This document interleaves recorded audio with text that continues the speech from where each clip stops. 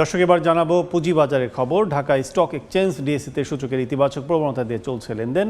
সবশেষ বাজার পরিস্থিতি জানাতে নিয়ে যাচ্ছি ডিএসসির ওয়েবসাইটে।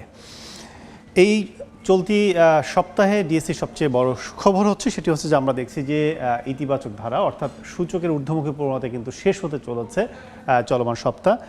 সেক্ষেত্রে গতকালও যদি বলি যে সেটিতে শুরু করি, সেটি হচ্ছে 2, 6, 2 এবং 1 এই সূচক ঊর্ধ্বমুখী প্রবণতায় কিন্তু ডিএসসির প্রধান সূচক সরিয়া এবং বিশেষায়িত সূচকের কার্যক্রম শেষ হয়। সেই ধারাবাহিক কিন্তু আজকেও আমরা দেখছি যে 6 পয়েন্ট বেড়ে ডিএসসির প্রধান সূচক ডিএসসি এক্স অবস্থান করছে 4808 পয়েন্টে, 1053 পয়েন্টে অবস্থান করছে 2 পয়েন্ট বেড়ে ডিএসসির সরিয়া সূচক, এবং ডিএসসি 13 বিশেষায়িত সূচকটি অবস্থান করছে 0 পয়েন্ট বেড়ে 1781 পয়েন্টে।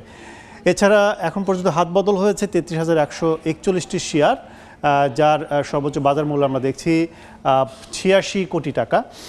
এছাড়া 168টি প্রতিষ্ঠানের শেয়ার দাম ঊর্ধ্বমুখী অবস্থানে রয়েছে এবং নিম্নমুখী অবস্থানে রয়েছে 102টি প্রতিষ্ঠান, এবং 103টি প্রতিষ্ঠানের শেয়ার দাম কিন্তু অপরিবর্তিত অবস্থায় রয়েছে। তো সব মিলে বলা যায় ডিএসসির যে আজকের যে কার্যক্রম, অর্থাৎ কার্যক্রম শুরুর পর থেকে কিন্তু গত 3 দিন ধরে আমরা দেখছি যে ঊর্ধ্বমুখী প্রবণতা কিন্তু লেনদেন শেষ হচ্ছে।